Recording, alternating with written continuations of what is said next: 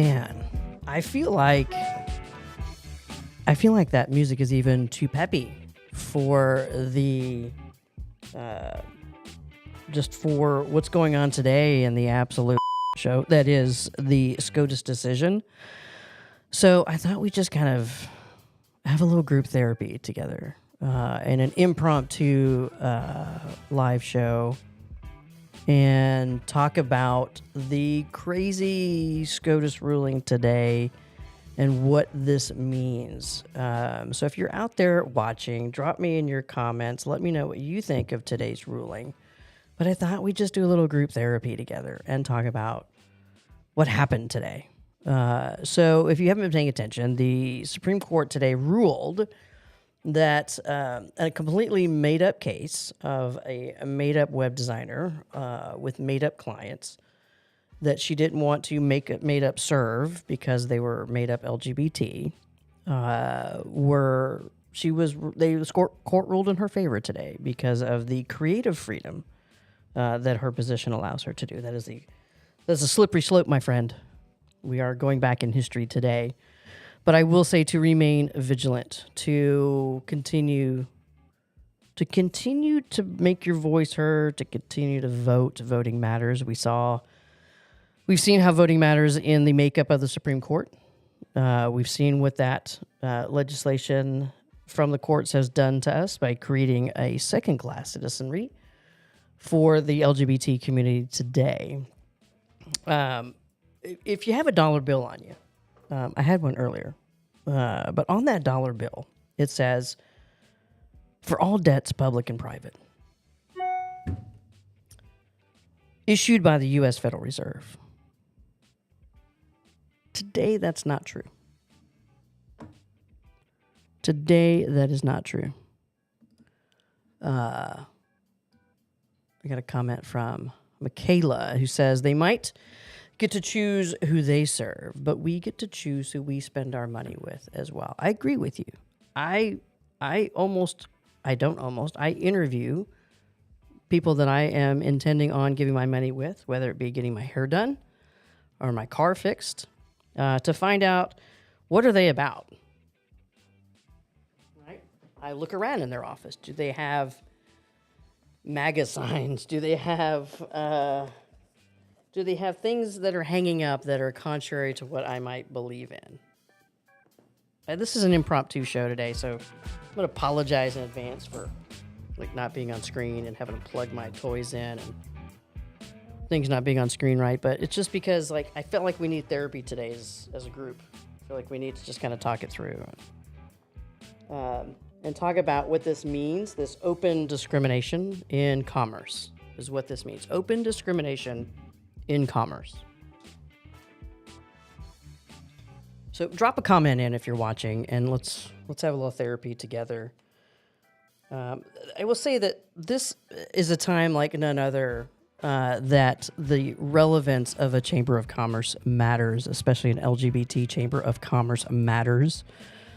You can go to our chamber website, austinlgbtchamber.com, look at our membership directory, and find out who is a member, an active and intentional member of this Chamber of Commerce. And that's who you do business with. That's who you work for. Because they are intentional about their support. We have over 500 members from everybody from Amazon, Apple, all the way down to a solopreneur in the LGBT community. These are allied and LGBT-owned businesses. This is a time when your money matters. You're right, Michaela. So what this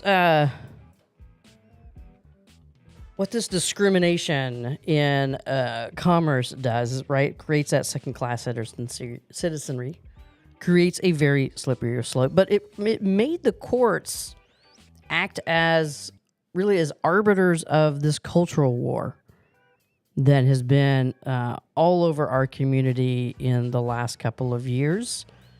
If you've been following along state politics, you know that we had a historic number of over 150 anti-LGBT bills filed this last session.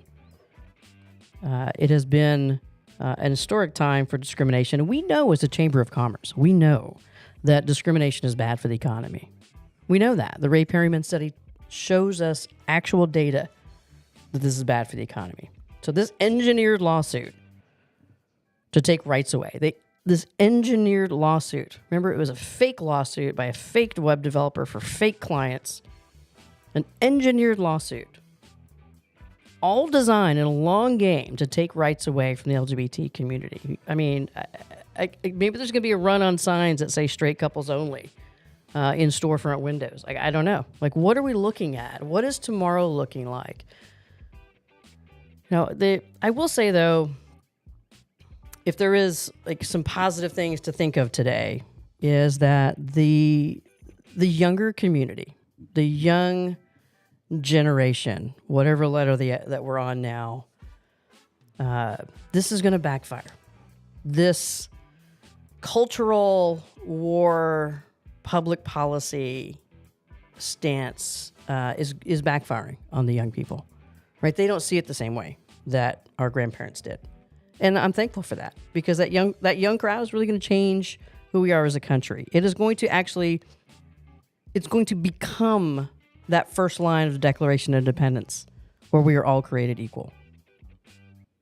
And that's how the younger generation sees us. And they are perplexed at these types of cultural wars that are being politicized. And I just don't, I have faith in the younger generation. I have faith that the battle continues. I have faith that we are a young country and we still have more learning to do. We have more work ahead of us.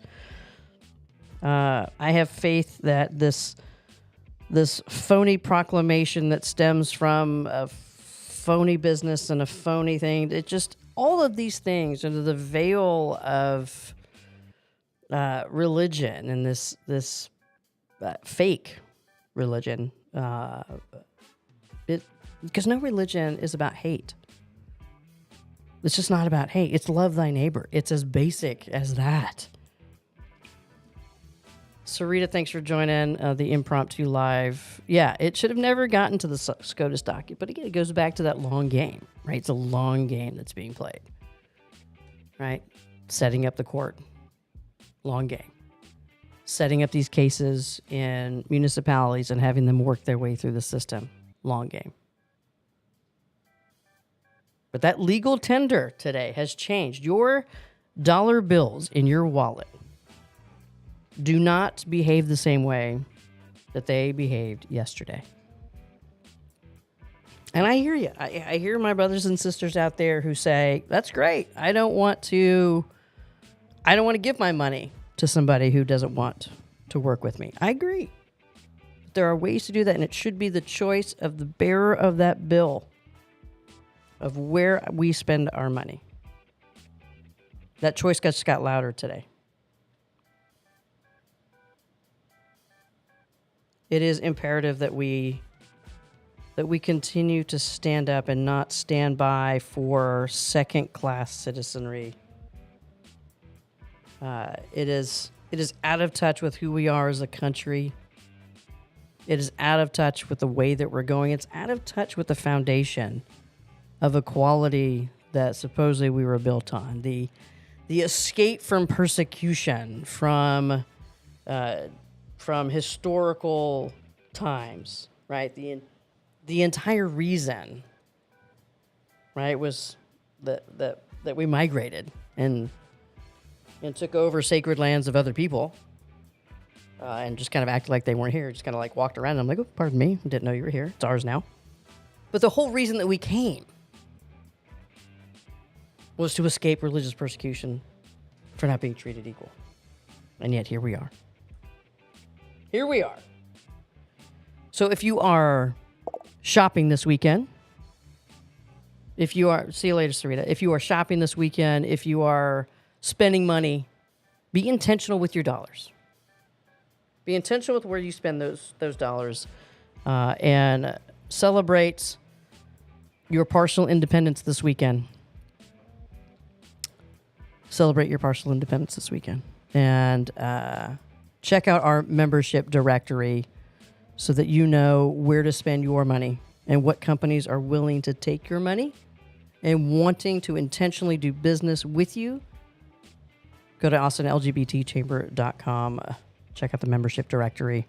We will live to fight this battle another day. It ain't nothing but a chicken wing, y'all. Have a good weekend. We'll see you next time.